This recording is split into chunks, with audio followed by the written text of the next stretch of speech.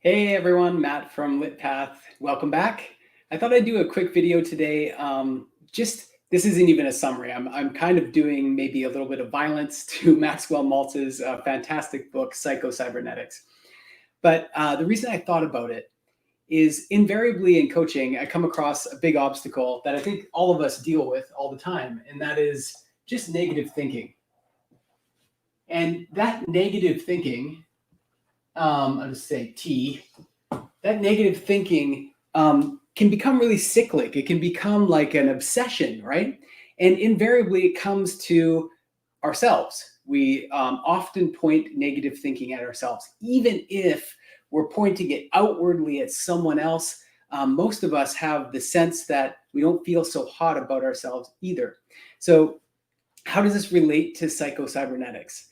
Well, I think it's when we are thinking about ourselves and we're thinking about ourselves in a negative way, we feel disempowered. We feel like we have no control. We feel like we're not able to live the life we think we should be living, or maybe we're doting on mistakes and past errors and problems. And as our focus, our thinking goes on all the problems of our life, we start to feel unwell, physically like unwell. And a great way to just check in with yourself on this is right now, if you feel insecure about something in your life, just feel into it just for a second. So I'm going to bring one in for me.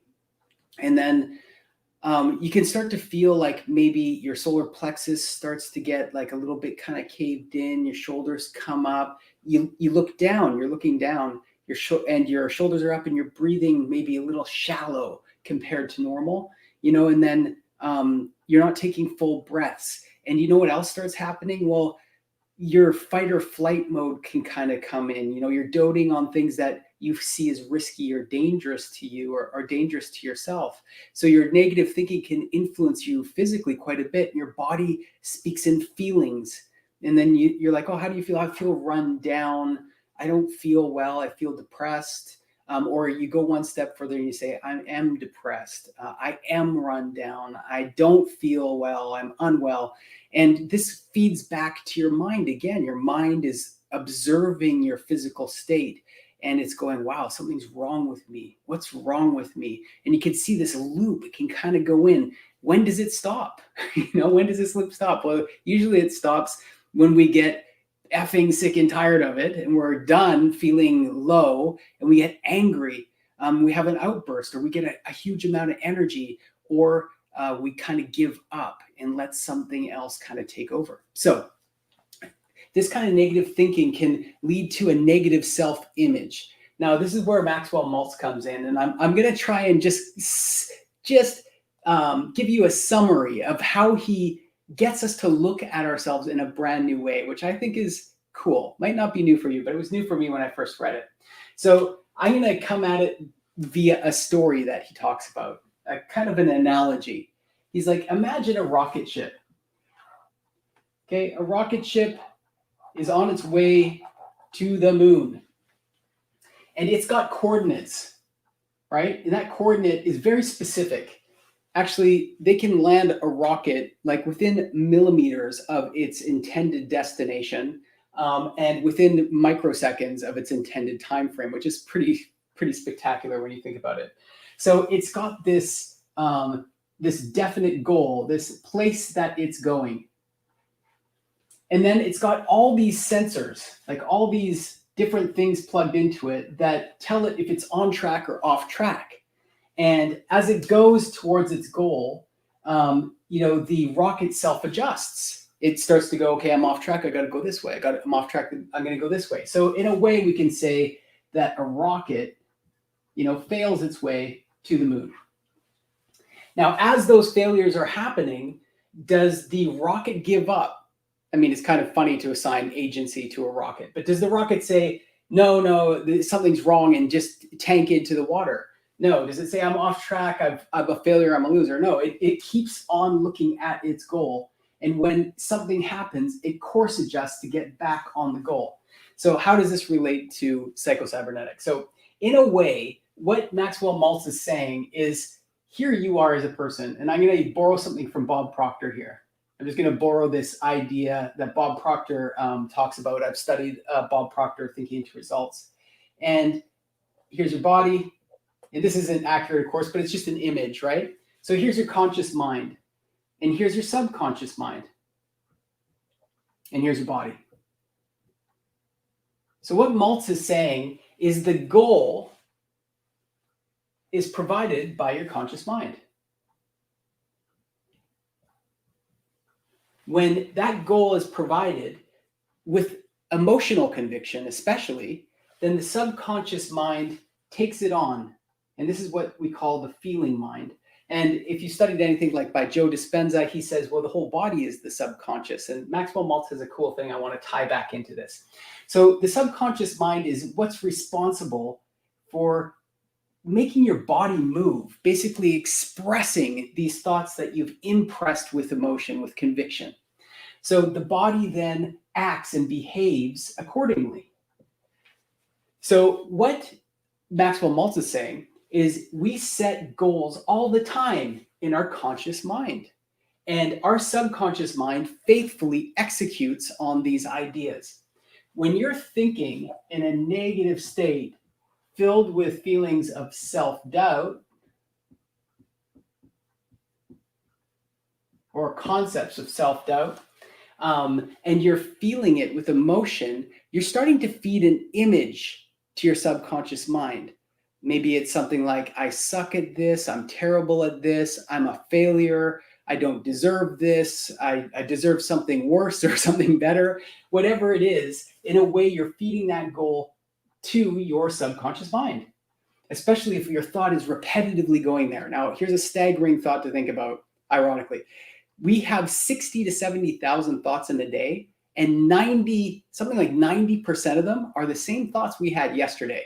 And even, I think even more than that, I can't remember the exact stat now, is the same thoughts over and over and over and over and over and over. So if you're waking up in the morning and you're having like these negative thoughts of self-doubt, you're worried about your day, you're starting to feed an image, you're starting to feed emotions, and your body is starting to get into an emotional state. It's getting into a feeling state. There's some more science behind that, but we'll go into that today.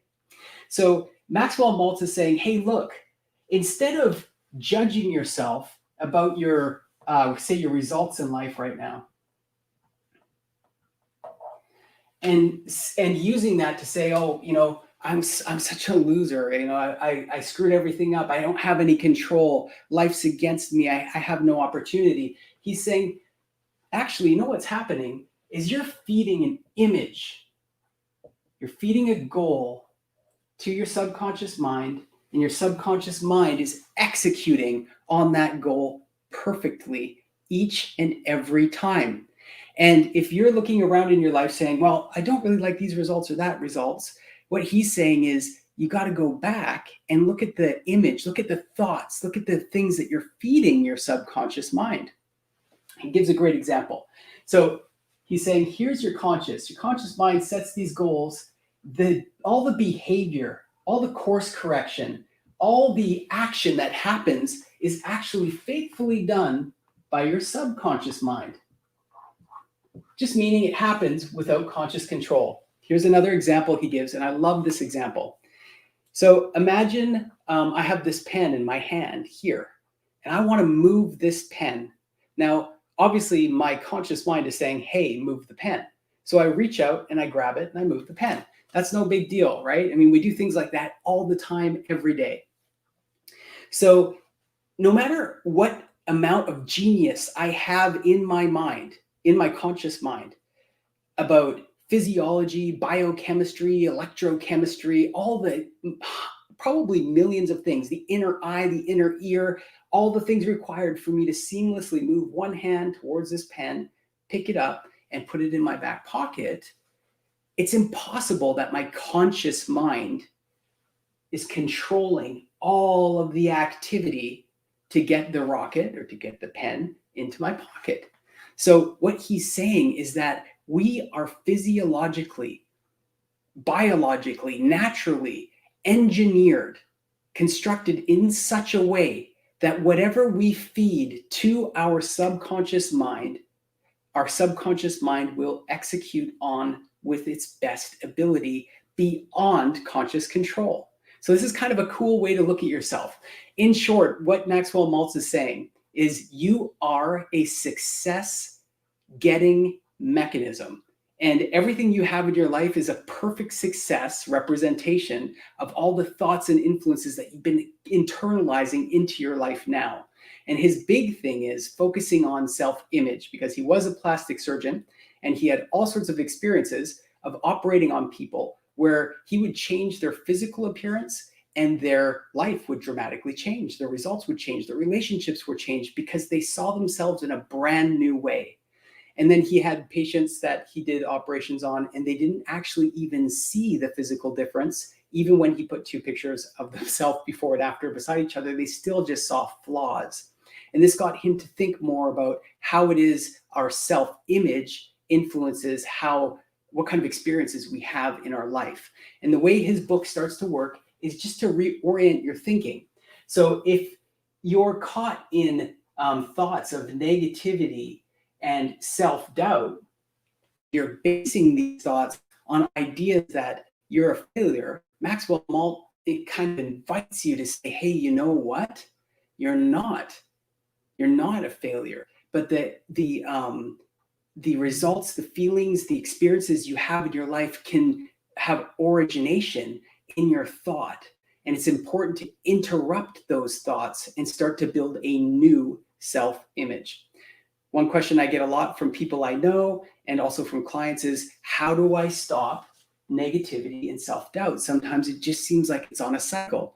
And one of the beautiful things to do is just to interrupt it. And I'll maybe leave that for another time. So Maxwell Maltz, I highly recommend his book, Psycho-Cybernetics. So what he's saying is, you've got your conscious mind, you've got your subconscious mind, which is your servo mechanism. This is an automatic success achieving mechanism that's built for you to be successful. I love this idea.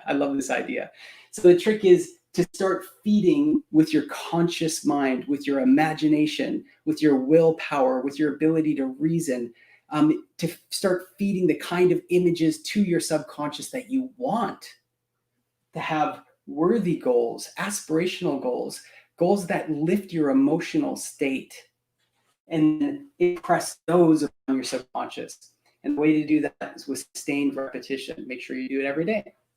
So great ways to do the interruption. I'll just give you a couple of hacks. One is reading books like Maxwell Maltz's Psycho-Cybernetics. It's a great way to interrupt the regular way that you're thinking now if you're suffering from negative thoughts or self-doubt. Another way to do it is meditation. Grab a guided meditation. When you go into a guided meditation, you get out of the pattern of thinking that you're in and you enter into a new one. So you deserve it, and you should let yourself know that while you're doing this. I don't need to think these self-doubt thoughts. I don't need to have this amount of negativity. I can elevate my emotion. I have the ability to, and I'm structured to be able to do that. Okay, I'll post a link to Maxwell Maltz's book. I hope you enjoyed it, and we'll check you later.